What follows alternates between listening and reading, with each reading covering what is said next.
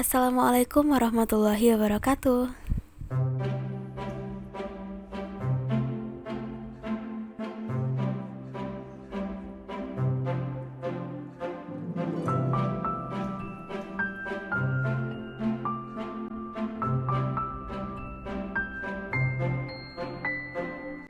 Dalam bisnis sosial ini, komunitas sasaran kami bertempat tinggal di Dusun Banyu Adem. Dusun Banyu Adem bersama 7 dusun lainnya terletak di Kelurahan Banyu Adem, Kecamatan Serumbung, Kabupaten Magelang. Dusun ini memiliki potensi alam berupa perkebunan salak, perkebunan sayuran, dan sungai. Dusun Banyu Adem dikenal sebagai penghasil salak pondok terbanyak karena kaya akan perkebunan salak dan mayoritas masyarakat berprofesi sebagai petani salak. Selain buah salak, Dusun Banyu Adem juga memproduksi kelapa dan gula Jawa.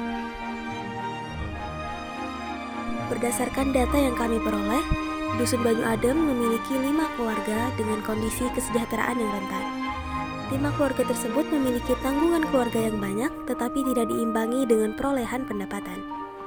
5 keluarga ini beberapa kali mendapatkan bantuan sosial dari pemerintah, tetapi bantuan tersebut tidak diberikan secara terus-menerus. Selain itu, terdapat 2 keluarga yang tidak mendapatkan kartu kesehatan. Ibu rumah tangga dari kelima keluarga tersebut tidak bekerja atau ada yang bekerja namun hanya sebagai pekerja lepas. Karena itu, kami ingin memberdayakan ibu rumah tangga agar mampu mendapatkan penghasilan tambahan untuk keluarga. Komunitas sasaran kami kemudian dinamakan Gria Ibu Sejahtera. Keterbatasan yang dimiliki oleh Gria Ibu Sejahtera ialah keterbatasan aset berupa tanah yang merupakan modal ekonomi utama di Dusun Banyu Adem. Selanjutnya adalah keterbatasan akses berupa pekerjaan, fasilitas kesehatan, dan pendidikan.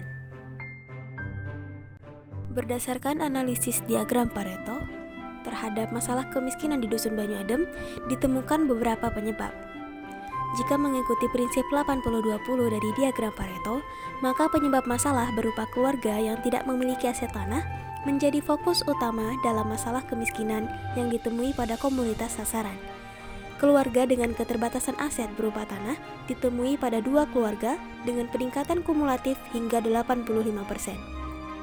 Hasil dari diagram Pareto selaras dengan kondisi Dusun Banyu Adem, di mana keberpemilikan tanah merupakan sumber ekonomi utama karena tanah dapat dikelola sebagai lahan perkebunan. Maka, keterbatasan aset berupa tanah menjadi penyebab paling utama yang membuat komunitas sasaran kesulitan memperoleh pendapatan sehingga dikategorikan sebagai keluarga kurang mampu. Kepala keluarga pada komunitas sasaran mayoritas memiliki profesi sebagai buruh, petani, atau profesi lainnya dengan upah yang minim. Profesi dengan gaji minim tersebut terjadi sebagai dampak terbatasnya pengetahuan, keterampilan, dan pengalaman. Akibat yang ditimbulkan karena kondisi keluarga yang tidak mampu tentunya adalah kesulitan untuk memenuhi kebutuhan hidup. Maka hal ini selanjutnya akan berdampak pada tingkat kesejahteraan keluarga, yang mana kesejahteraan 5 kepala keluarga tersebut tergolong rendah karena kesulitan memenuhi kebutuhan dasar. Dengan kata lain, keberfungsian sosial kelima kepala keluarga tersebut tidak berjalan dengan baik. Berdasarkan pohon masalah, ditemukan problem utama berupa kondisi keluarga yang kurang mampu karena ketidakberpemilikan aset berupa tanah. Untuk membeli tanah, komunitas sasaran masih menemui halangan karena profesi kepala keluarga hanya sebagai buruh, petani, atau pekerjaan lain yang hasil upahnya tidak menopang kehidupan keluarga. Posisi tulang punggung keluarga hanya diemban oleh kepala keluarga di tengah tanggungan keluarga yang tidak seimbang dengan pendapatan. Sementara itu, peran istri di kelima rumah tangga ialah sebagai ibu rumah tangga yang tidak memiliki pekerjaan. Kondisi ini dapat menjadi faktor pendorong bagi ibu rumah tangga yang sebelumnya hanya mengurus rumah tangga untuk kemudian saling bahu-membahu mengelola rumah tangganya agar mapan dan sejahtera. Perempuan sebagai istri akan ikut bekerja membantu suami memenuhi kebutuhan rumah tangganya. Semakin banyak sumber-sumber keuangan atau pendapatan yang diterima, maka akan meningkatkan taraf hidup keluarga untuk menuju kesejahteraan. Untuk menambah pendapatan keluarga, ibu rumah tangga dapat membantu kepala keluarga melalui wirausaha kue sus salak yang diproduksi sendiri oleh ibu rumah tangga tersebut. Untuk melangsungkan kegiatan wirausaha, dibutuhkan keterampilan, pendidikan, dan pengalaman dalam membuat dan menjual kue sus salak. Hal itu diperoleh melalui kegiatan pemberdayaan oleh wirausaha sosial dengan pelatihan membuat dan menjual kue sus salak. Ketika pemberdayaan ibu rumah tangga yang kurang mampu menghasilkan pendapatan keluarga yang bertambah, maka pemenuhan kebutuhan sehari-hari tidak begitu sulit dilakukan. Kemudian, kesejahteraan keluarga yang kurang mampu akan meningkat.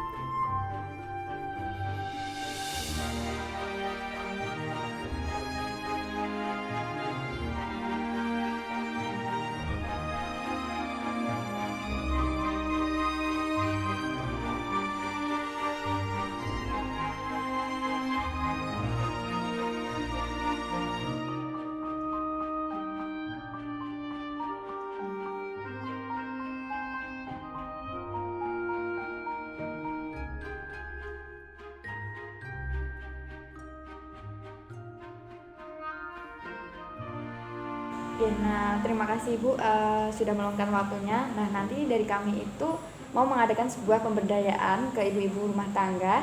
Nah, nanti kiranya apakah Ibu berminat atau tidak untuk mengikutinya. Nanti kita akan membuat kue sus salak guna untuk menambah income atau pemasukan dari ibu rumah tangga bertani. Ya, kalau kita diajarin, kita diarahkan, mungkin kita bisa, saya pribadi bisa mengikuti. Tapi kalau ada arahan, diawasi, dikasih pelatihan, karena kalau itu sus salak berarti itu bahan dasarnya ada dari sekitar kami, yaitu salak. Berikut adalah timeline kegiatan tahap pemberdayaan yang akan kami lakukan. Pertama, tahap penyadaran yang dilakukan pada 26 Mei 2022. Pada tahap ini, dilakukan pemberian pencerahan terhadap pola pikir komunitas sasaran agar dapat diubah menjadi lebih positif, serta menanamkan kepercayaan kepada komunitas sasaran bahwa mereka dapat berkembang dan sejahtera. Dalam proses ini, dapat melibatkan bantuan seorang ahli terkait memasak, wirausaha sosial, dan sebagainya. Berikutnya adalah tahap pengkapasitasan yang akan dilaksanakan pada 28 Mei hingga 4 Juni 2022, di mana tahap ini akan dilakukan pemberian training berwirausaha, membuat dan memasarkan kue sus salak. Tahap ketiga adalah tahap pendayaan yang dilakukan pada 11 Juni 2022. Di tahap ini, diberikan penjelasan mengenai job description dari komunitas sasaran dan pemberian modal. Inovasi produk bisnis sosial kami adalah Suscribe. Suscribe merupakan variasi kue sus baru yang mengombinasikan kue sus dan buah salak. Buah salak sendiri ramai ditemui di Dusun Banyu Adem sehingga masyarakat sudah familiar dengan cita rasanya. Buah salak dimanfaatkan sebagai fla pada kue sus, dan kue sus ini berukuran mini juga bertekstur kering. Pada versi aslinya, kue sus merupakan pastry khas Prancis yang berbentuk bundar dengan rongga yang dapat diisi dengan fla, custard, atau daging. Dengan demikian, Suscribe merupakan inovasi baru dengan kombinasi rasa, ukuran, dan tekstur yang berbeda dari kue sus konvensional.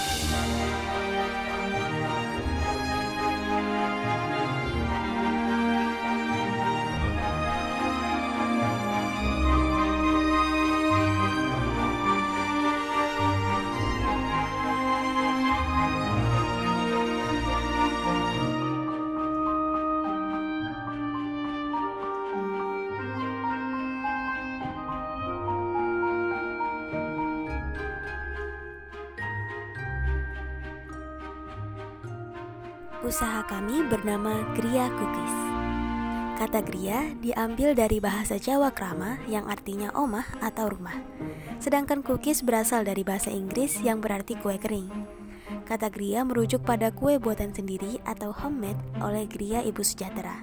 Sedangkan kata cookies digunakan untuk produk kue kering produksi kami. Bentuk legal formal bisnis sosial ini berupa UKM karena lingkup usaha yang kecil. UKM umumnya khas dengan makanan yang umum digemari, variasi yang beragam, dan penyajian yang kreatif. Terdapat perpaduan warna dan bentuk dalam logo usaha kami yang mewakili nilai yang kami tegakkan. Pertama, warna orange yang melambangkan semangat dan optimis kami dalam berwirausaha sosial. Kedua, warna merah yang bermakna energetik dan gembira pada seluruh elemen yang tergabung dalam usaha ini. Ada pula rumah berwarna merah yang menunjukkan tempat produksi kami, sekaligus bentuk legal formal kami berupa UKM. Adapun garis tepi membentuk huruf G berwarna orange dan merah, dan huruf C yang berwarna orange mewakili inisial perusahaan kami yakni Gria Cookies. Warna coklat di dalam lingkaran menggambarkan kue kering. Tepi merah menyerupai gigitan bermakna bahwa pelanggan tertarik pada produk kami. Serta lingkaran besar di sisi luar bermakna bahwa produk usaha ini diharapkan mampu meningkatkan kesejahteraan dan perekonomian serta menghasilkan produk dengan kualitas tinggi.